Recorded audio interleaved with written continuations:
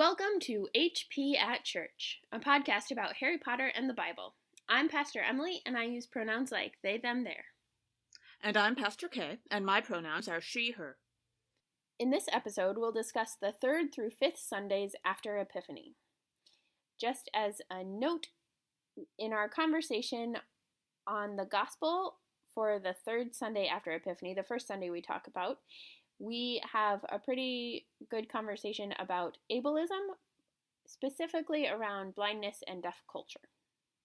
If you want to follow along on our blog, it's hpatchurch, hpatchurch.wordpress.com. And you can find links to the Bible passages we're using and more information on other references we make in this episode. Our first Sunday for this episode is the 3rd Sunday after Epiphany, which this year falls on January 27th. Our first reading for this is Nehemiah, chapter 8, verses 1 through 3, 5 through 6, and 8 through 10. But if you follow the link on our blog to the passage, it will include the missing verses, which honestly just include lists of names that aren't really necessary to the story. Yeah, I think this time that they excluded verses, it was really just compassion on whoever the reader is for the day. Yes, I agree. After returning from exile and rebuilding Jerusalem, the priest Ezra reads the Torah to the people, who weep in response. Ezra encourages them to focus on joy for the future instead of sorrow for the past. One of the themes, as you just mentioned in the summary, Kay, that I noticed was joy and grief. And I think about, particularly from Remus's perspective, the complicated mix of joy and grief that he dealt with after Voldemort was killed-ish the first time when he failed to kill Harry, because there's the utter joy of thinking that Voldemort is done, at least for now. But also, from his perspective, 3 friends were now dead at the hand of the 4th one. And in my own headcanon, right, that 4th one was one he loved. Yeah. And so there's just this complexity of that, and I think that's a lot of what we deal with in our own lives, of holding in tension a variety of emotions that sometimes feel like they should be at odds with each other. I'd agree with that. I believe this is the one passage in the Bible where the Watergate of Jerusalem is mentioned in a big way. And water is such an important image and metaphor in the Bible. There are several different places that are mentioned in the various Bible stories where water is a hugely important thing. The Sea of Galilee, the Red Sea, and the River Jordan all have very important roles to play in the Bible. In some ways, you can even say they're biblical characters in themselves. Mm-hmm. The River Jordan especially, I would say, because it's such an image of renewal and blessings from God and cleansing.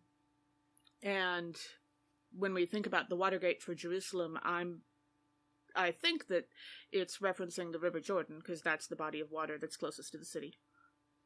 And when we go to the Harry Potter canon, I ask myself, what symbols of water do they have there? And of course, the first thought that comes to mind is the lake at Hogwarts and the giant squid in it, which make me think that that body of water is not so much a symbol of renewal and cleansing as it is chaos, which...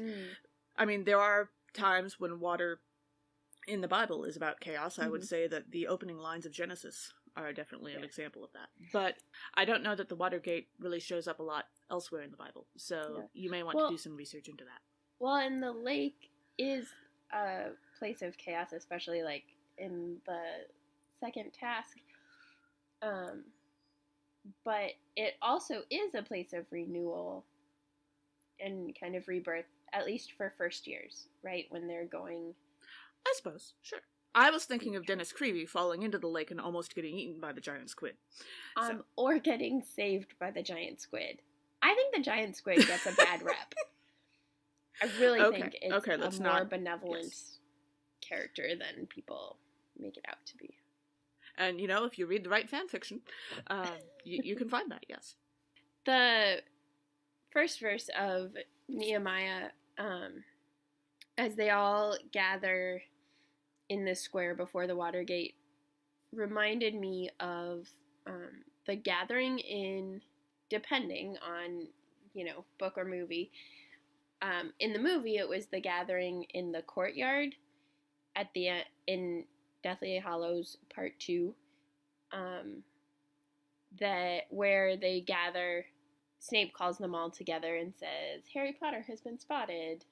Or, like in the books, they gather in the Great Hall, and McGonagall's the one that calls them together then, but it's still for this really grave time when Voldemort is going to attack Hogwarts. And so that made me think of that, where it's just like this solemn, serious time. In verse 5, when Ezra opens the book in the sight of all the people and like opens what we think of as scrolls, and what was probably a scroll at that point, I think. I don't think they actually had books. I think we just translated as books so that we know what we're talking about.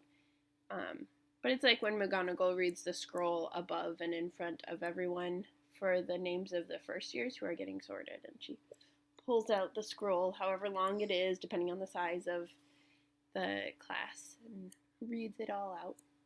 Yeah. When we reach verse 8, we have this phrase, they gave the sense so that the people understood, the sense of the text. And that throws me back to Hermione explaining various news stories in The Prophet, or Umbridge's various speeches to the boys, and handily enough also to the reader, so that we understood what was going on. How convenient. Funny how that works. Our second reading for the third Sunday after Epiphany is from 1 Corinthians chapter 12, verses 12 through 31a, though if you follow the link, it includes all of verse 31, because that's how that website rolls. Exactly. Paul reminds the people of the diverse city of Corinth that just as a body requires many different parts to survive, the church needs many different kinds of people with various gifts. I think I've talked about this before, but when we talk about different gifts and different skills, I can't help but think of the Hogwarts battle game, and that it's a deck building game, and there are 4 characters, Neville, Hermione, Ron, and Harry, and each character has a different gift or strength. So like Neville is really good at healing and herbology stuff. Hermione is really great with all of the spells and getting lots and lots of spells.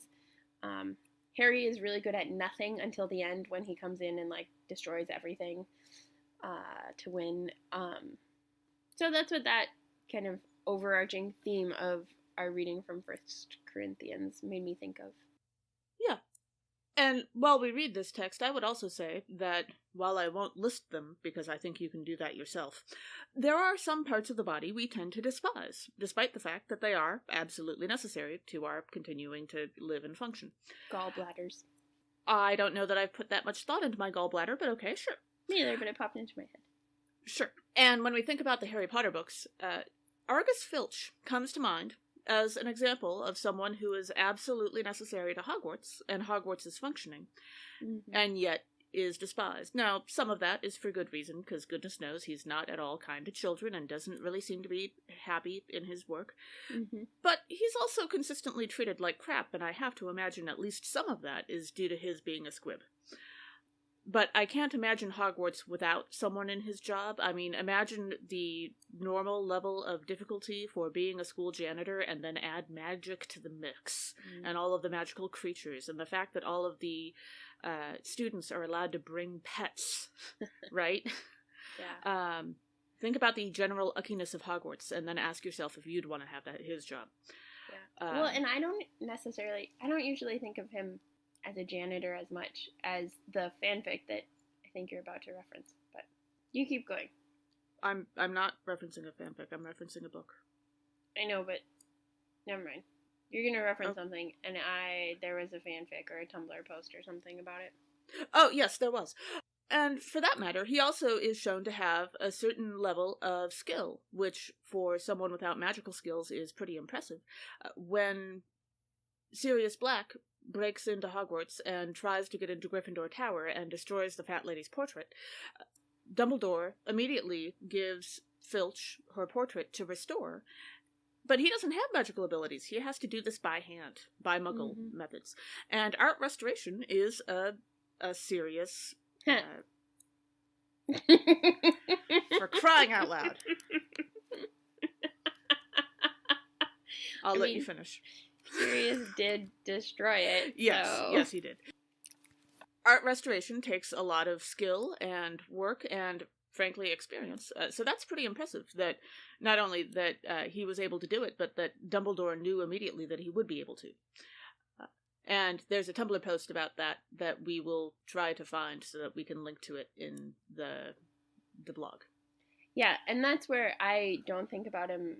I don't think about Filch a lot as a janitor necessarily. I know in the movies especially, he's always portrayed with, like, a mop or a broom or whatever, but I really think that, like, his job as caretaker is literally caretaker of all the portraits. And that's, like, it involves cleaning Possibly. and, like, getting mad at kids for being messy and threatening the portraits. But I really think, like, he's just there to keep the portraits in good shape and care for them. I guess I could see that, sure. In which case, who is the janitor? Because, man, Anyway. Cast spells. Somebody just, like, the beginning of Hogwarts cast all the spells to keep it clean. Do they have magical Roombas? Yes. Oh my gosh. Do they have names? Yes. Anyway. Of course they have names. What kind of a question is that? Do any of them have little knives stuck to them so that they can go around and stab people? That's another Tumblr post. Anyway, moving on. If that gets included in the thing, you're gonna have to definitely include that Tumblr post because I have not seen it. Have you seen it? Oh, Stabby the Roomba is a favorite Tumblr thing.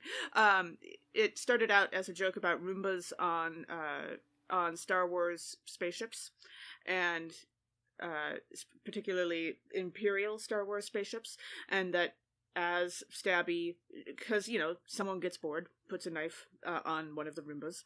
The Roomba is then considered part of training because you had to keep your eye out to see if Stabby was going to stab you. And then every time that Stabby stabs a new person, Stabby obtains the rank of the highest person that Stabby has stabbed. And so the day that Stabby ascends to Fleet Admiral is the day that I believe Darth Vader himself read the Declaration, and they had a little ceremony. But it's a pretty fabulous little thing. So, well, now we're gonna have to for sure include that link. Yes, I love the idea of there being a magical Stabby at Hogwarts, Stabby the Roomba. And I also wonder, when we talk about the body and our relationships with other people, I have to wonder if we can draw a parallel between Harry's relationship with his body. He has a complicated relationship with some parts of his body, like his eyes, which Snape has that weird obsession with, and his scar, which he got in the incident that killed his parents, but also it saved his life. And his scars that he got from Umbridge. Yeah. So, yeah, he has a complicated relationship with lots of parts of his body. And his relationship with some people. Neville and Luna especially come to mind in their early parts of their relationship with him. Because before he really learns to respect them, he has moments where he needs them, but he doesn't want them. You know, Neville with his plants becomes occasionally necessary to his plans, but he doesn't. It takes a while for him to warm up to Neville, and really the same thing with Luna, although to a slightly lesser extent, I think. But it can take him a while to warm up to new people, and he's not always that great with them. And so I kind of wonder if Harry's relationship with people sometimes reminds me of his relationship with his body, and the relationship, right, in 1 Corinthians of you may not our like relationships with every part of your body. You may not like everyone in the body of Christ, but they're still there, and they're still important. And they still serve a role. Yep. Yeah, I was struck in, I think my retelling of verse 13 would be So, and it's one of the ones that we frequently hear about as like, there's neither Jew nor slave, there's neither Jew nor Greek, slave nor free, male and female, which we hear in Galatians a lot, but it also happens in this part from Corinthians where Paul says, "For in the one Spirit we were all baptized into one body, Jews or Greeks, slaves or free, and we were all made to drink of one Spirit." And I was thinking of the how that might be told in Harry Potter language of, "For in the one Spirit we were all welcomed into the magical world. Magical or muggle, human or house elf, we were all made to drink of one Spirit." Which, of course, they weren't. Right. Welcomed. Yeah. Right, but like that's also what Paul is saying, right? Like, yeah, you're not doing this, but like this is what it's supposed to be. Right. And then on the like flip side of it all, at the end of the passage, Paul goes through this like hierarchy of gifts. So, and God has appointed in the church first apostles, second prophets, third teachers, and then deeds of power, and then gifts of healing. And he goes through this list of like this hierarchy, which is kind of hilarious based on like how he destroys the hierarchy at the beginning of like, it's not Jew or Greek, slave or free anymore. But then he's like, but this is the new hierarchy. Because, you know. Yeah, that's maybe. Lest we avoid hierarchies. Yeah. But that's reminded me of the presumed hierarchy of magical subjects. Right, we all know that divination is kind of thought of as like a fluff subject and kind of pointless by a lot of people. But even like when Neville is trying to figure out what to take for his newts, and his grandmother says that charms is a soft course, and it's not until McGonagall comes back and says, "Tell your grandmother that just because she didn't pass her charms owls doesn't mean that it's a soft subject." And I think so frequently whenever we make a hierarchy, or whenever we like, especially as Paul like tries to destroy one hierarchy just to build this other one, I think it's important to like ask ourselves like, what is actually going on? Like, why does Paul feel like he needs to place himself as an apostle at the top of a hierarchy instead of valuing them all on an equal playing field? And the joy of being Lutherans is that we can think of Paul as a colleague instead of God. So we can question him on this. People who aren't Lutheran can as well, by the way. True. Everybody can. We just have it like slightly more built in. Right. We're very enthusiastic about it. Our gospel reading for the third Sunday after Epiphany is from Luke chapter 4, verses 14 through 21. As Jesus begins to become known, he returns home to Nazareth. Invited to read scripture and worship, he announces his identity and purpose with a reading from Isaiah. The theme that really stuck out to me in this passage is the theme of liberation, right? The entire reading from Isaiah is about different forms of liberation. Yes. And I think by and large in the Harry Potter books, there's like surface level or initial liberation, but then it's not like we see because Cursed Child happens. We know that they didn't really do all of the systemic liberation that they needed to do. And I just finished reading Cartographer's Craft, which we'll link to in our blog. But in Cartographer's Craft, it's written as the seventh book before the seventh book came out. And the epilogue, they actually are working on changing the system and changing the things that are in place that prevent liberation and further oppression, and not just, it doesn't just stop at defeating Voldemort. And so that was just this lovely tie-in of like, when we're talking liberation, it's not just about one person or one thing, it's about a whole system that needs liberation. Yeah.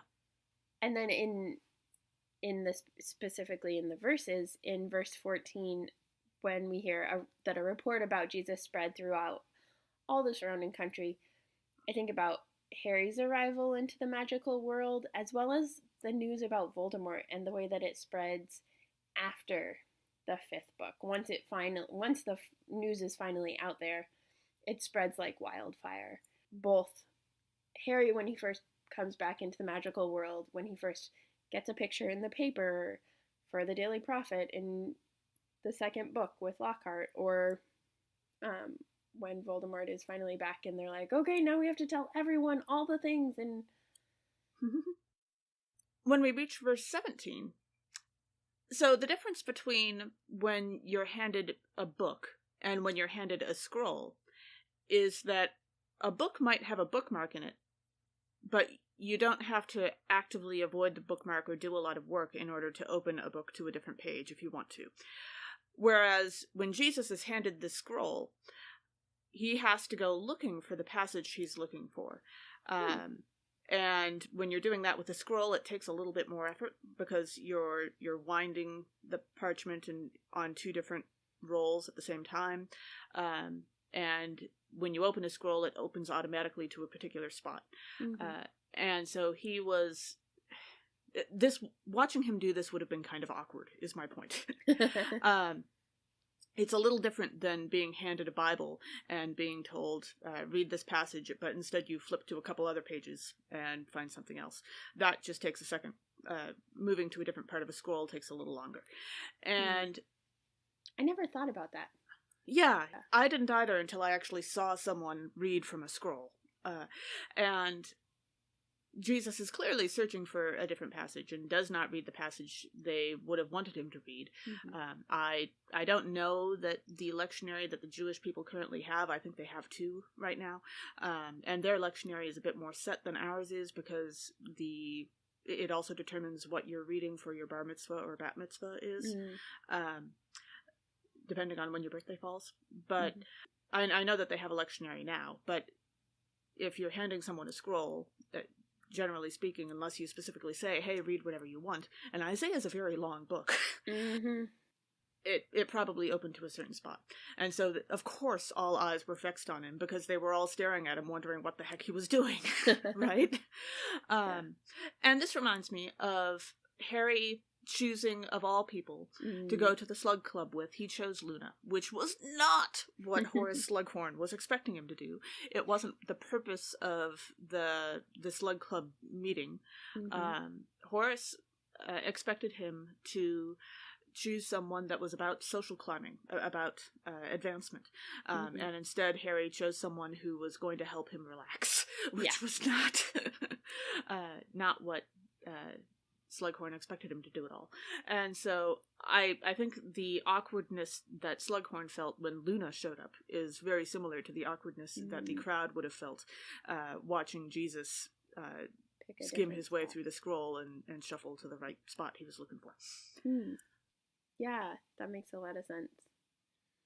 And then when we get to the actual part that he reads from Isaiah, I couldn't help as he read, right, proclaim release to the captives, let the oppressed go free, thinking about all of the different individual people, right? Again, not thinking about the system this time, but the individual people who are oppressed or captive, who are released, who are let go free.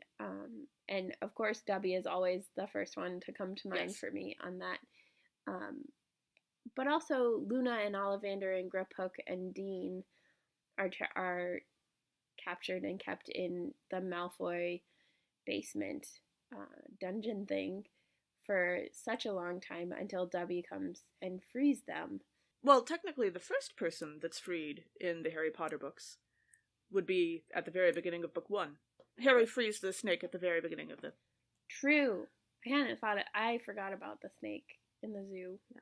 And Harry freeing the snake, and Harry is freed from underneath the cupboard under the stairs. And there's complexities in freeing, right? Like Winky does not appreciate being let go. We never actually see Stan Shunpike get out of Azkaban. True. Yeah, and that brings up some of the more problematic stuff of the way that we talk about and think about freedom, as well as healing. Right? What Jesus reads is not just about the oppressed and the captives, but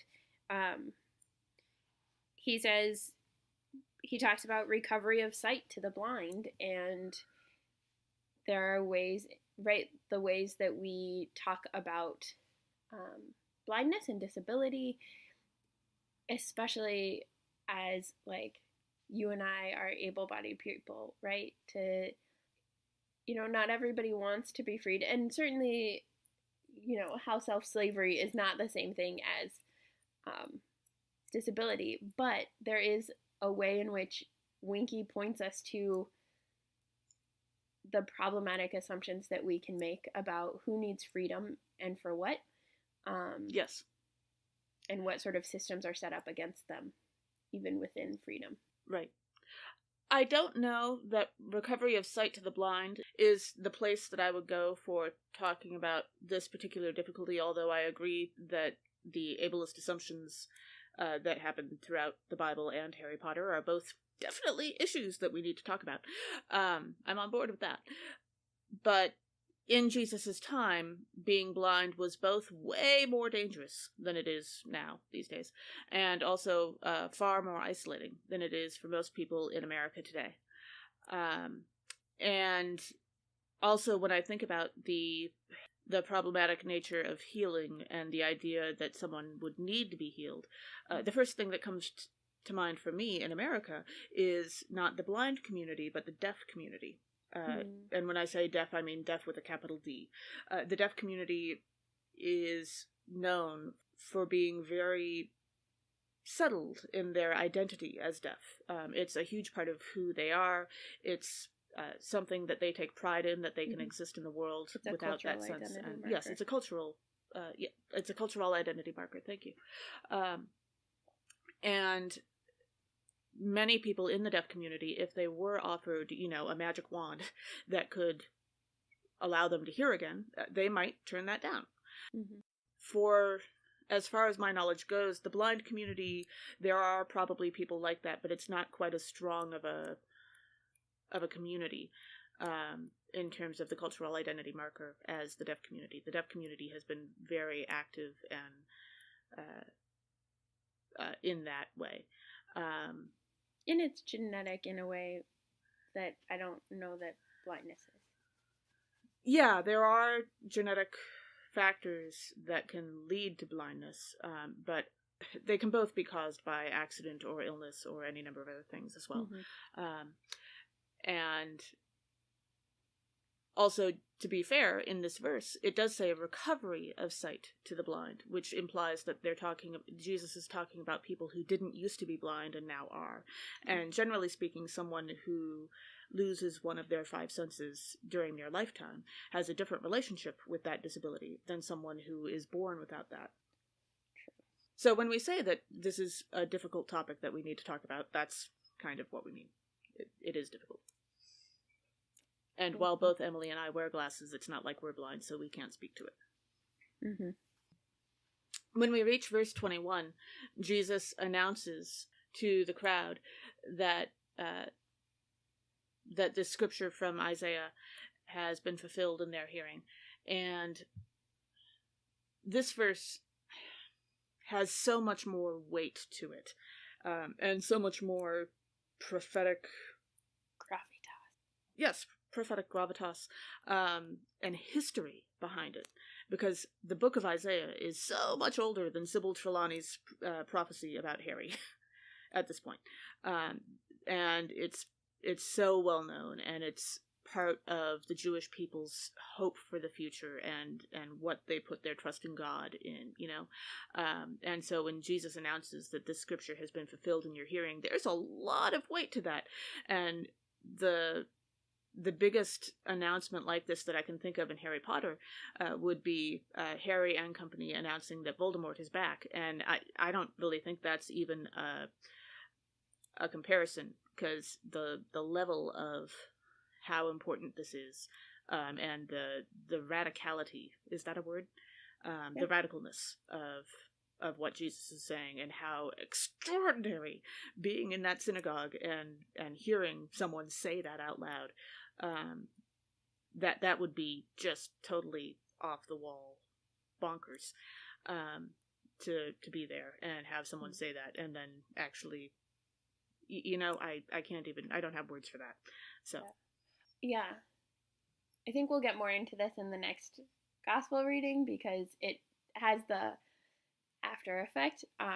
But yeah, there is like Voldemort's back when Harry, I think from this side of the verse, I think comparing it to when Harry and company say that Voldemort's back is a good comparison. It is much, much weightier when Jesus says it. But I have some excited comments for the next gospel, so. Well, I suppose if I was going to think about what is an announcement that could be made in the Harry Potter universe that might have something similar to it, the idea of the magical community coming out of hiding and announcing themselves to the Muggle world, that might do it. That, I mean, it's not quite the same thing because God isn't involved, but that's, I think that's a similar level of, okay, we're going to turn your world upside down now. Mm-hmm.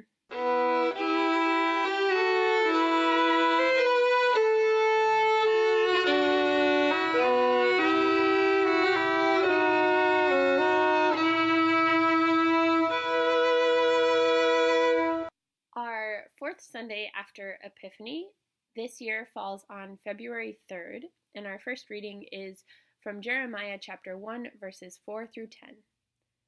The prophet Jeremiah balks at the difficult tasks God has set for him, but God reminds Jeremiah of all the preparations God has already made and promises to continue to be with him and help him.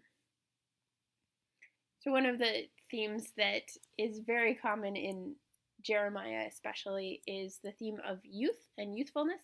Jeremiah, right, is saying, oh, but I'm just a kid. I can't possibly do all of those things.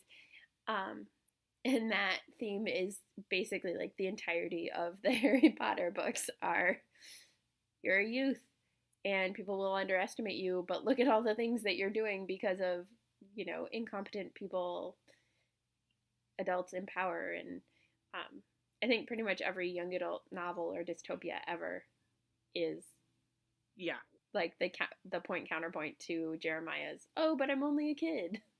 Yes, and... I also find that hilarious because when I was a kid, particularly a teenager, my dad decided to make the ultimate dad joke by when he would yell across the house for me, instead of yelling, hey you, he would yell, hey youth.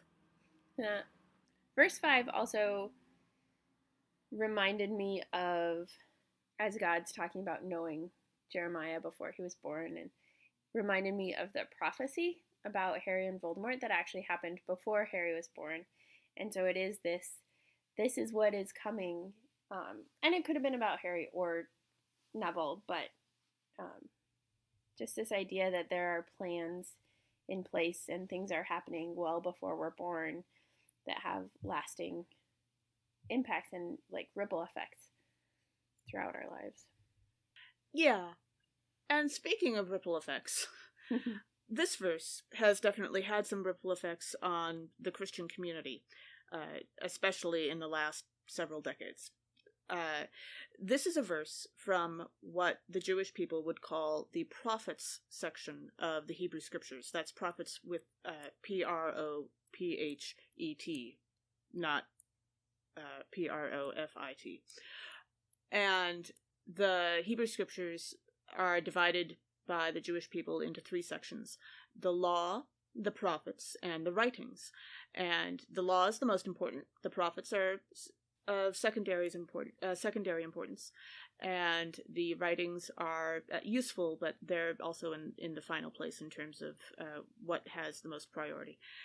And each section has its own purpose. The writings are useful for teaching life lessons. The prophets say things about what God's intentions are, what's God's will for the world, what's God's will for us, that kind of thing. But in terms of how do you talk about what the law needs to be? How do you talk about how we should live? How do you talk about what needs to be the difference between politeness and actually legality? That is the place of the law, the Torah, and nothing else.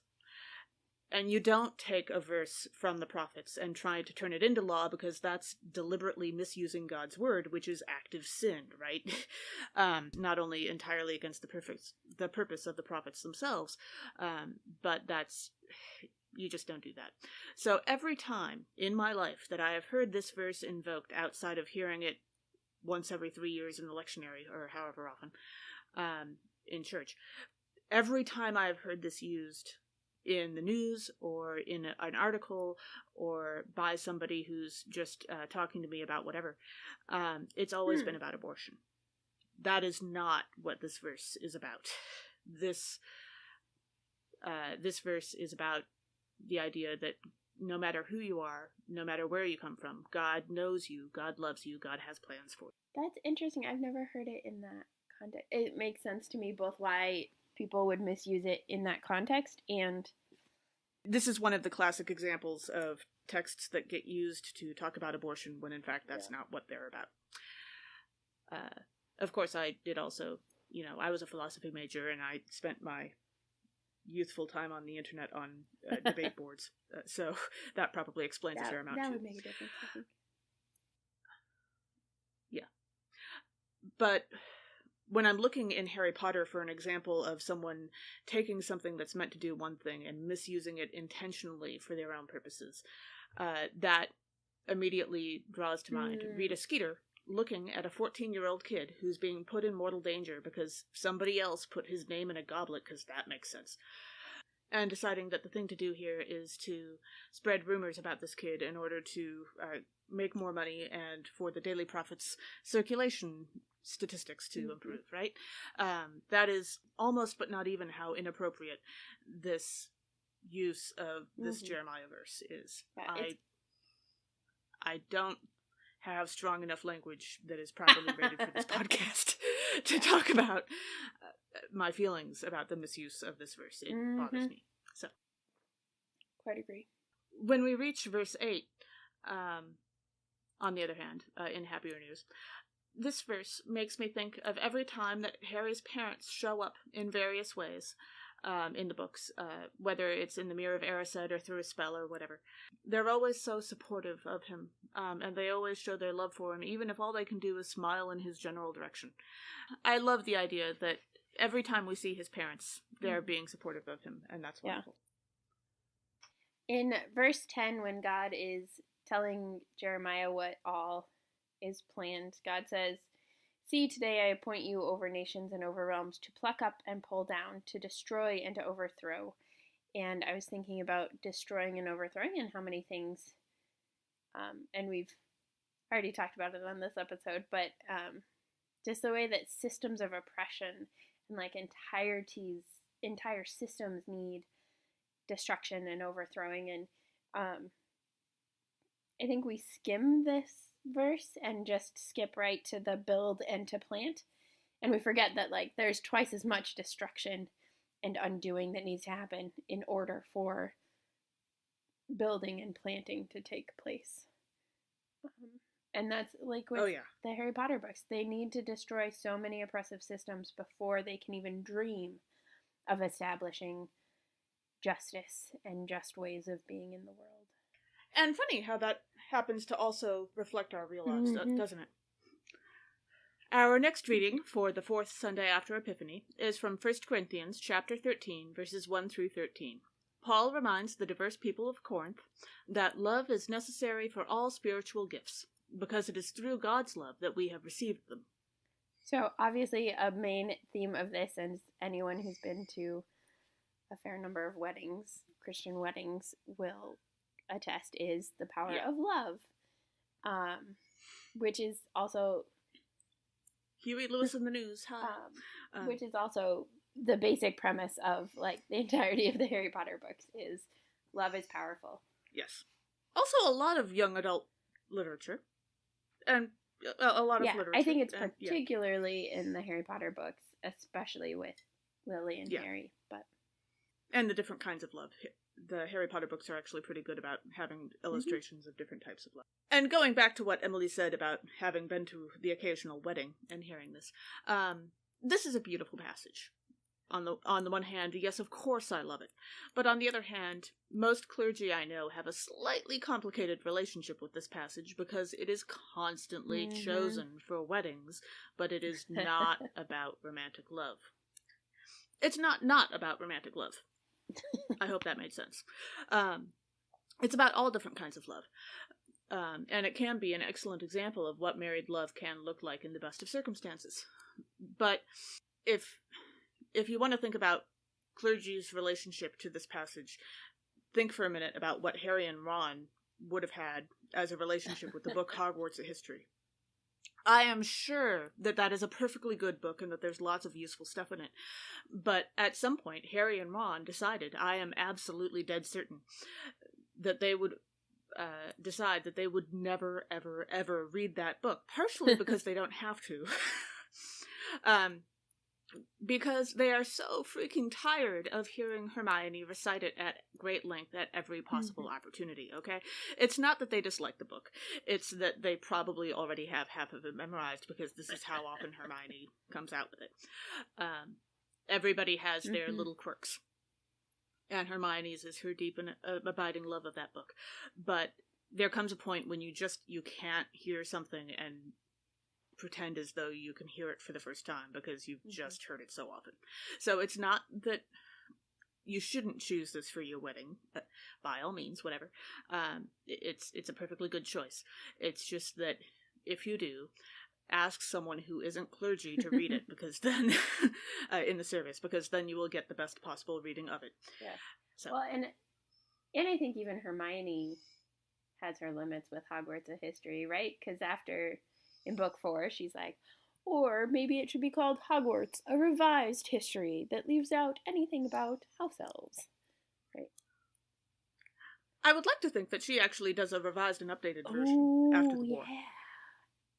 That would be cool. I would read that more than I'd read the actual book.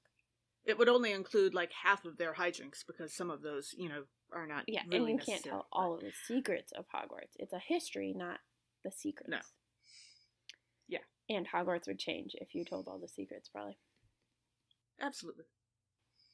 For the beginning of this passage, I was thinking about Paul goes through all of these things that if you don't do them with love, what do they matter? You're just a clinging symbol or whatever.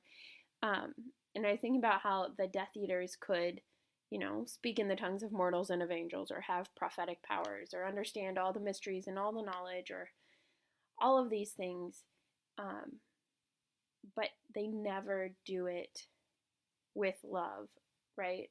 Like specifically, even Pettigrew hands over his body, which is part of verse 3, but he does it with fear and not with love, and it definitely does not end well for him.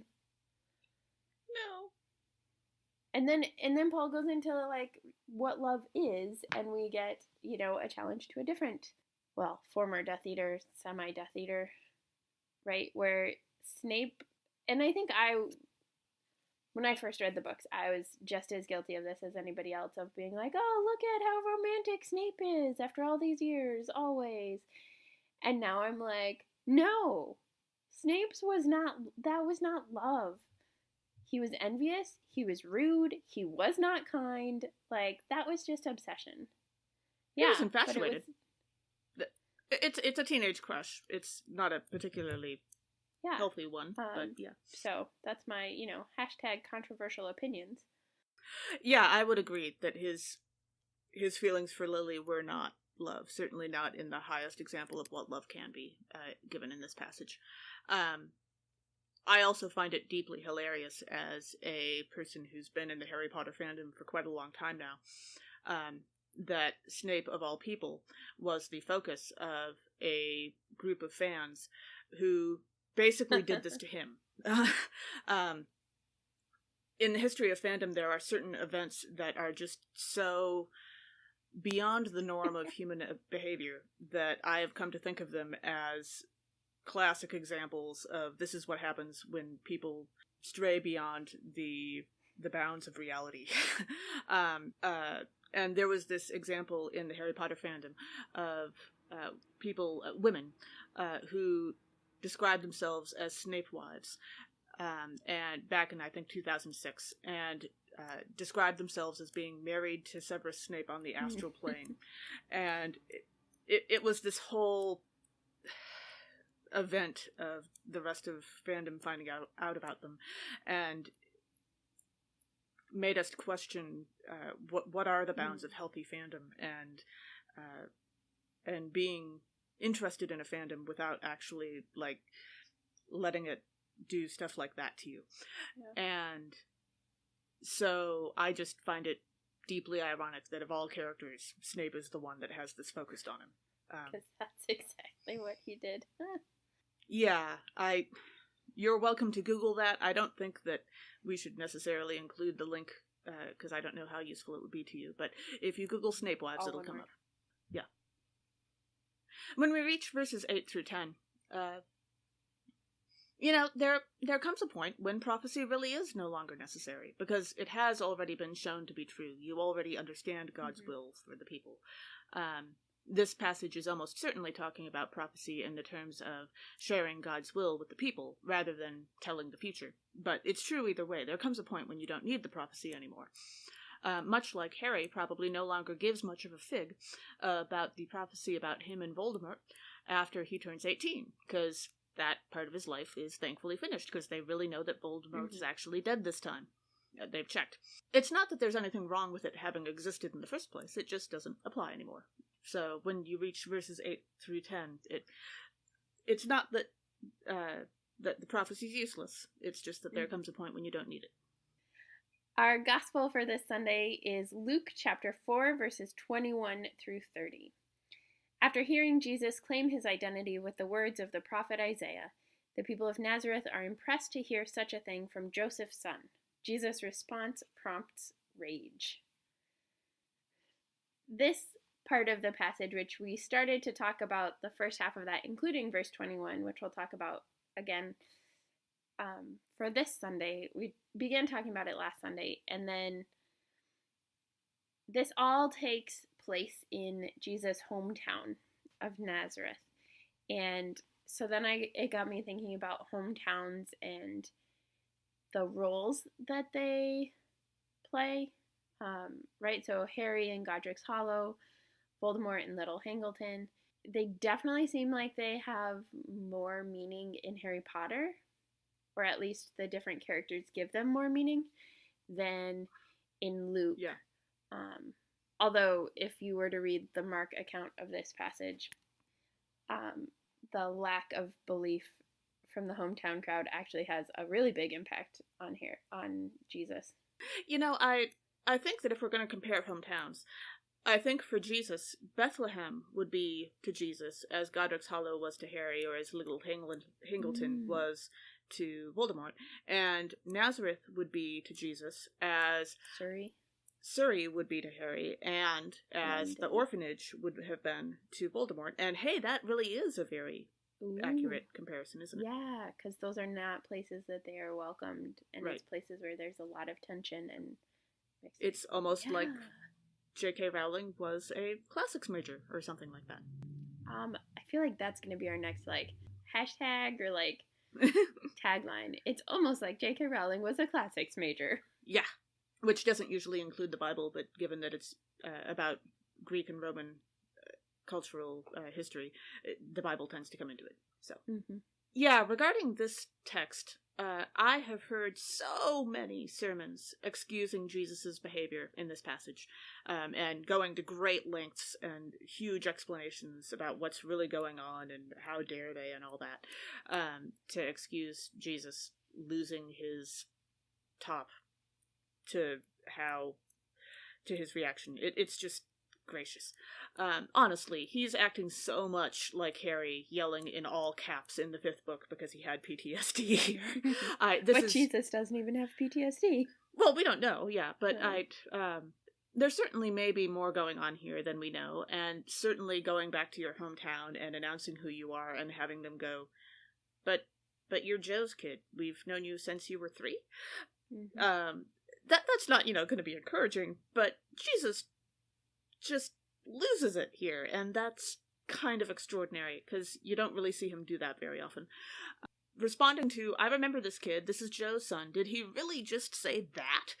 Because we already talked about the weight of what Jesus is claiming here. Going from that to, no, I'm not going to start doing miracles to prove this to you. Look, some people are going to die, and it may well be you, because God gets to choose who's special and who's not, and you should have been nicer to me. That's totally out of whack, okay? This is not Jesus, like, being prophetic. This is Jesus being an angry millennial. Alright, I cannot begin to talk about how completely over the top Jesus goes here. My gosh, and hashtag millennial Jesus. I mean, Jesus was human, and this is a lovely example of that. I like to talk about how, yes, even Jesus loses his temper. I don't like sermons that go to great lengths to say that, oh, well, Jesus was actually being perfectly rational. No, this is an example of a guy being hysterical, okay? And I'm using that particular word very carefully chosen right now. So. Yeah. Going back to what we had talked about for the last Sunday's Gospel, yes, and the gravitas of what Jesus says when he says, this reading has been fulfilled in your hearing. And you talked about it as being not as heavy or not as powerful as, was it not as powerful? No, you talked about it being more powerful than when Harry and company say that Voldemort's back. And I was thinking about that, but I was thinking about when Fudge finally says he's back at the end of book 5, when he sees Voldemort and he recognizes that he's back and he can no longer deny it. And there's a different weight to that, certainly. There's a different weight, but also then the repercussions of that, right? Like, it snowballs real fast. Yeah. For Jesus at this point, it snowballs real fast from, like, this has been fulfilled in your hearing. Wait, you're Joe's son? Yeah, and you're not going to get any, like, special benefit. We're going to go throw you off a cliff. And then he, like, walks away through the midst of them, right? But, like, Fudge, when Fudge finally realizes it and says he's back, it's a snowball of, like, losing his job, changing the way the entire wizarding world, magical world, is being run in Britain and the UK and all of those things. So, yeah, that felt like a pretty parallel snowball of effects. And jumping back for a second, I would have to say, I think the people of Nazareth considering throwing Jesus off a cliff was in reaction to his little speech about how you're not going to get any special benefits out of this, as opposed to saying, by the way, this scripture has been fulfilled. Yeah, right, like it was a step and a step and a step and a step. Yeah. When we reach verse 22, when the people do say, isn't this Joe's kid? Really?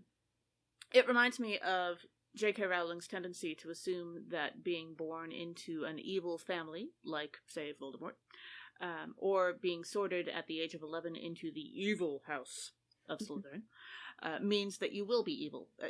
She gives very few exceptions to that. Sirius and Regulus are rare examples.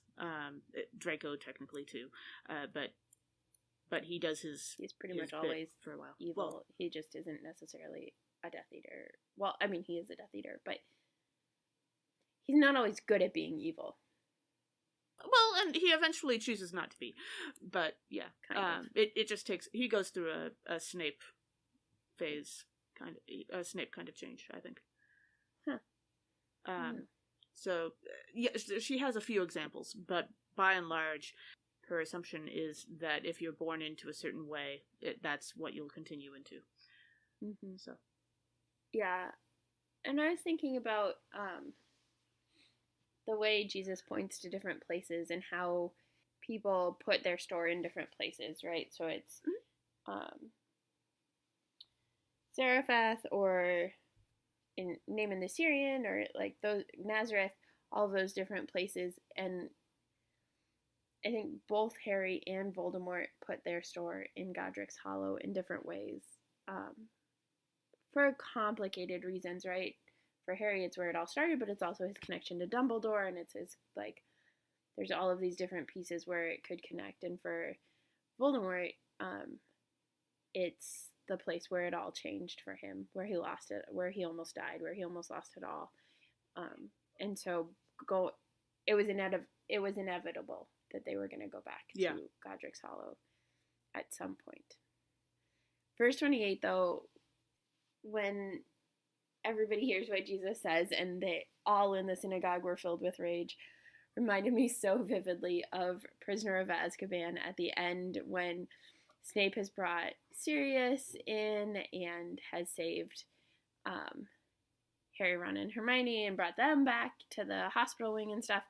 And then when he finds out that Black escaped, he is filled with so much rage and like yelling at the Minister of Magic and so upset.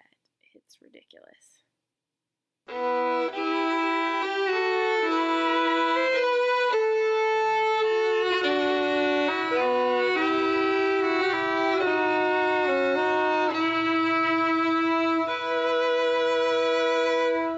Our final Sunday for this episode is the 5th Sunday after Epiphany, which this year falls on February 10th. Our first reading for this is from Isaiah chapter 6, verses 1 through 8, and possibly also including verses 9 through 13. Isaiah has a vision of God enthroned, with 6 winged seraphim. God cleanses his mouth with a burning ember, and Isaiah is freed from his guilt. So, one of the themes throughout the book of Isaiah is the theme of exile, because God's people are in exile and being sent to exile and being warned about exile and being brought back from exile and all of the exile-y things. And exile-y things is a technical term. Of course.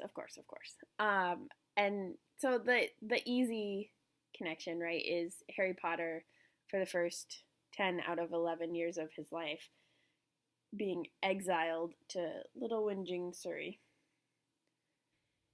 The sense of Diagon Alley and the way that all of Diagon Alley, minus Weasley's Wizard Wheezes, is so abandoned and forlorn, and I just can imagine the people of Israel when they're in exile, like what's left is just so many stores are closed, homes are empty, all of that stuff, that it just feels so abandoned.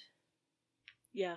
As for the seraphim, however, I was trying to think of what the seraphim would be like, right? Because they've got wings so they can fly, but they're like otherworldly. And I was thinking about the Thestrals, and if the Thestrals would make good seraphim, because that seems kind of a cool connection. Or pixies, but I really just like the idea of them as Thestrals.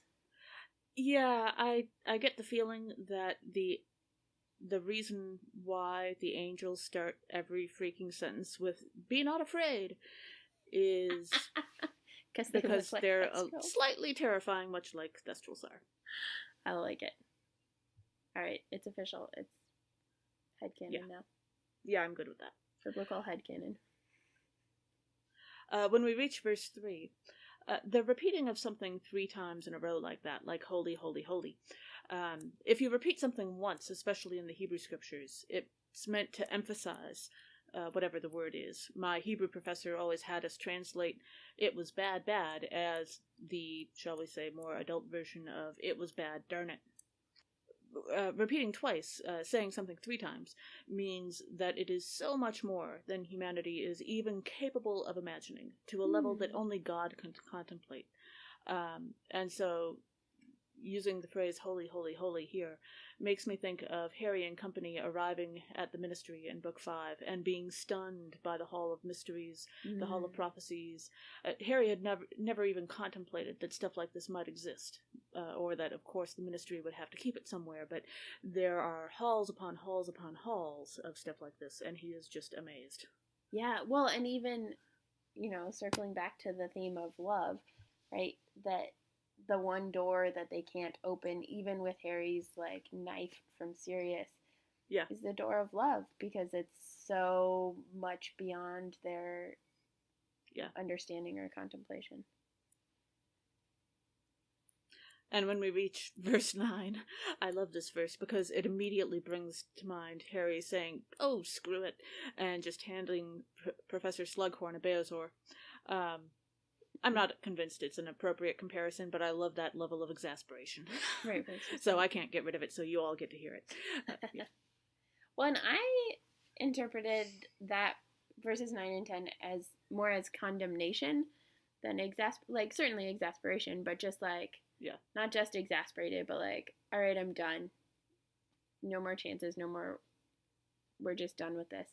Mm-hmm. And that reminded me of Hermione, Hermione's view towards the ministry especially, but particularly at the beginning of Deathly Hallows when Rufus Scrimgeour comes to read the last will and testament of Albus Percival Wulfric Brian Dumbledore. And Hermione knows the rules and knows the laws, and so Scrimgeour says, "Are you planning to follow a career in magical law, Miss Granger?" asked Scrimgeour. "No, I'm not," retorted Hermione. "I'm hoping to do some good in the world." And I just love that, where it's like, no, you're useless and pointless and you do harm. You don't do good. Our second reading for this Sunday comes from 1 Corinthians chapter 15, verses 1 through 11. Paul gives a short recounting of Jesus' post-resurrection appearances, leaving out all the women, to reinforce the strength of the gospel message. So the theme that I picked up on in this passage was the idea of like redemption or conversion. And I wonder, especially for Paul, and that's such an integral part in Paul's faith story and call story, and I wonder if Snape had lived, if this could have been his story too, because there's something that I read at one point about what a shame it is that Snape dies, because all of those characters who are like secretly doing good but are also like just jerks always end up dying and sacrificing themselves. And what would be really interesting is if they lived and then had to like figure out how not to be a jerk. Had to reconcile the ways that they harmed other people and harmed relationships, partly because of their work, but also because they were just being a jerk. And so I wonder what that would have looked like. That would be an interesting concept. An interesting concept for a novel. Like, just start it at the moment when they almost died, but not quite, and then the actual book is about them. You know, the big fight is over, and now they're just trying to figure out how to live in the world, and everyone else is insisting they become not a jerk, and they have to deal with it. Yeah. I wonder if you know, dear listeners, any books like that. Yeah, if you know any books like that, I would love to read a book that had that premise. Yeah. I suppose there are romance novels where the hero probably goes through something like that. Like he starts out a jerk and then becomes not. But yeah, I don't know about any. Yeah, but that's different, because that's just like, that's like a trope in romance novels, is like, sure, people who act like jerks to each other and then are like, it's just sexual tension that they don't know what to do with. Yeah. In this passage, we have Paul saying, no, really, Jesus came back from the dead and was actually dead, and here's a whole list of people you can talk to about this. Mm-hmm. And that reminds me so hard of Harry just saying over and over and over and over again, no, really, Voldemort's back. Voldemort's back. This is old news. I already told you this. Here's a list of people. So, yeah. Yeah. Well, and that reminded me, it made me think about the ways that stories get passed down. Mm-hmm. And we obviously, like, the Bible is one of the ultimate examples of the stories of our faith and the stories of humanity's relationship with God being passed down, because it was first orally and then written and all of that. But thinking about after the Volder Wars, like how people passed down those stories, because I know, like, I never heard stories from my grandfather about World War II, but I wonder if the Longbottoms or the Weasleys would actually like be in a place where they could tell those stories and share those stories. Like, I can't imagine George not telling his kids about Fred. Yeah. And about... But he'd have to plan it. You know, that's not a conversation you have casually. No, for sure not. And I can't imagine the Potters having this conversation, or at least Harry being party to the conversation, until at least after Cursed Child, provided we trust that Cursed Child actually happened. Also, speaking of all of the people named, Mary was actually the first Paul. Yes, I'm looking at you, Paul. It was not Cephas first. It was Mary. Every single gospel account, Mary was the first one to encounter the resurrected Jesus. Yes. Which, of course, makes me think, as usual, as Paul usually does when he leaves people out, about who counts and who doesn't, and to whom they count. And so thinking about, for Voldemort, who counts, and there's such a huge number of people who don't count for Voldemort, right? Like, for when they're going to search for the Horcrux in the cave,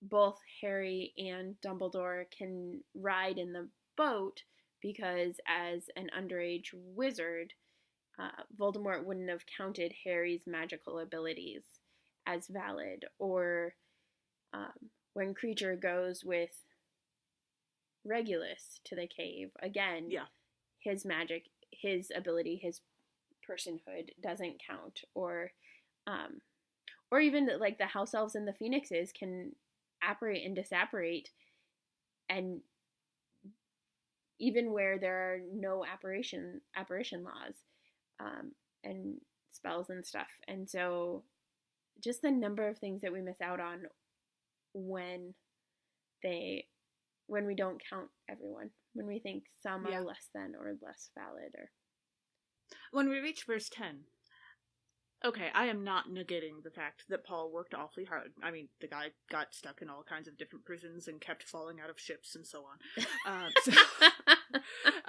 So I'm not negating that. But his bit of, I worked harder than any of the first disciples, that's a jerk thing to say. That, speaking of people who are jerks and then have to learn how to deal with that, isn't Paul supposed to be beyond this sort of thing? It reminds me of the ministers of magic who rarely seem to care about actually doing their job, which was taking care of magical people and creatures under their power. Mm-hmm. You know, this is not what you're supposed to be about, Paul. Come on, man. Yeah. Or I think Snape also would have been in line with that, right? Of like, I worked harder than anyone else in order. Yeah. And partly he does it to goad Sirius when Sirius is still alive, but he just does it all the time and is like, it's not that he doesn't do hard work, but let's not be a jerk about it. There are different kinds of work. Remember, Paul? Yeah, exactly. Our final reading for the 5th Sunday after Epiphany is from Luke chapter 5, verses 1 through 11. Jesus teaches a crowd from Simon's boat and reveals his power through a fishing miracle. When Simon, James, and John agree to follow Jesus, he tells them that from now on they will fish for people. So the theme that I came up with for this was being in a big group of people. But like figuring out how to create space within a big crowd. And they do that when they're first exploring what it would look like to create what becomes Dumbledore's army. In Order of the Phoenix, they go to the Hogshead to create some space so that they can talk in a big crowd. Right. But just like the different dynamics of like where you place yourself, or when Harry's trying to get everybody's attention in the room of requirement, and there's lots of chaos, but there are times when like Percy stumbles through the passageway and all of a sudden everything is dead silent. As it's like, now the Weasleys have to like figure out how they interact with this estranged family member. And yeah. I listened to this passage and I have to say, I have nothing against people who fish. And if you drown fish, dead ones, in enough butter, and cook them properly, I will happily eat fish. But there are also days when I think that if I have to hear one more freaking fishing story in a sermon, or a sports metaphor, especially golf, I am going to lose it. Because this story is not actually about fish, okay? Like, there are fish in this story, I understand that, and I get that, but it's not about the fish. I will have no choice but to set things on fire if I have to deal with this one more time. And that reminds Hermione's blue fire. Well, speaking of, Hermione seems to enjoy watching her friends playing Quidditch, yes, but her enjoyment does not actually seem to be about the game Quidditch itself. It seems to be about her friends and what they're doing. So I imagine that there were probably the occasionally Quidditch games where she would have liked to pull that blue fire in a jar trick again, because it would have been more interesting than watching yet another, 3 hours on a cold Quidditch pitch of people flying around and throwing things at each other. I mean, to be fair, she does get an out for a couple of different games. Yeah. Where, like, she has to go meet Grop and stuff, but... Yeah, and I have to imagine that if Hermione actually did ever bother using the threat of, Harry, if you try to drag me to this game, I'm going to go get my blue fire in a jar and use it on you this time. If Hermione said that to me, I'd just say, you do whatever you want, dear. I'm going to go away now. When, speaking of fishing and being sick of fishing doesn't actually happen a lot in the Harry Potter books, but it does happen in Deathly Hallows when they are wandering in their wildernesses, and it's the time when they are by the stream and the way that they fish, right? So fishing shows up when they're wandering, and Harry catches fish and Hermione chars them, and Ron has the locket and is super moody. But then while they're by that stream... No, Moody's dead by this point. No, Moody's not dead, but he's not there. Moody's dead. Yeah. The real Moody? Yeah, he's dead. But also I didn't quite catch it. Oh, that was a good one. I was so slow on that. Anyway, so when they do encounter Ted, Tonks, and Griphook, and Dean Thomas, and Gornick, and I think Dirk Cresswell, maybe? Yes. They're also fishing by the stream, but I can imagine, like, Harry trying to fish and, like, just trying to catch fish and catching just a few. And then when he overhears their conversation and hears Ted Tonks go, Accio fish, or Accio salmon, and then catch all of these salmon, just being like, oh. Right, because, like, I do not get the impression that they're, like, trying to find stuff and, like, have thought that through. But, so that was just, like, a funny, like, fishing anecdote. Yes. In case you needed one. Mm-hmm. When we reach verse 5, I hear this verse as Simon being so tired. He's so very tired. He's been fishing all night, and then he had to listen to this guy, like, preach from his boat for hours, or who knows how long. And he's just so tired. Much like how exhausted with everything, like life, the universe, and everything, Harry seems to be in book 6. Just let me sleep. No, fine, I'll catch fish. Sure, that sounds like a great plan, man. Yeah. Mm-hmm. Well, and I think maybe that's why he's so open to the power of suggestion at the end of the passage, right? But, like, Jesus literally is like, don't be afraid. From now on, you'll be catching people.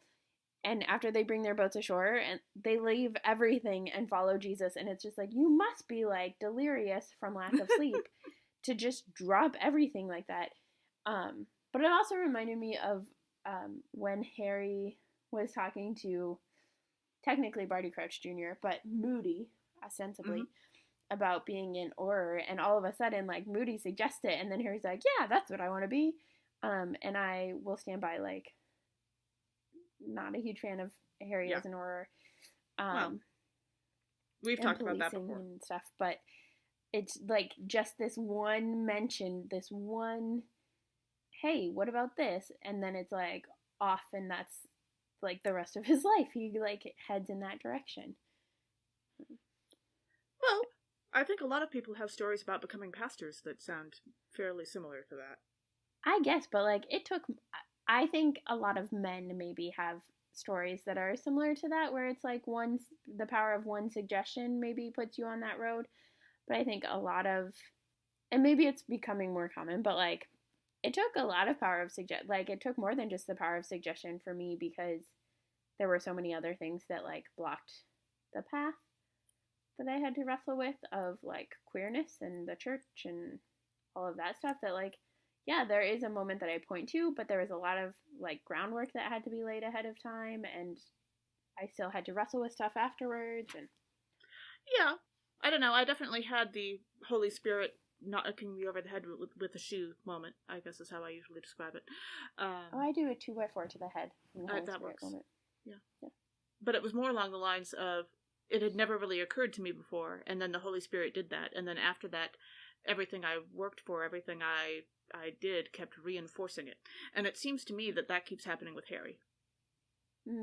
Harry gets that moment of suggestion and says, oh, I didn't even know that was a thing you could do in the magical world, but of course that job exists.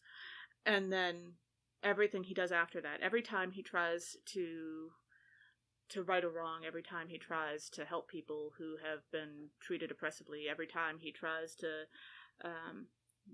enforce a rule, it just keeps building for him. And I think that's appropriate. That makes sense. Well, thanks for joining us. Catch us next time when we discuss Harry Potter connections to the scripture readings for the 6th and 7th Sundays after Epiphany, as well as Transfiguration Sunday. This podcast has been produced by us, Kay Roloff and Emily Ewing. For more fun, check us out on Twitter, Facebook, and WordPress, all at HPATCHURCH. Or contact us at hpatchurch@gmail.com. This season, we're also putting our episodes on YouTube, where you can listen and see captions. So make sure you let your friends know and search for us.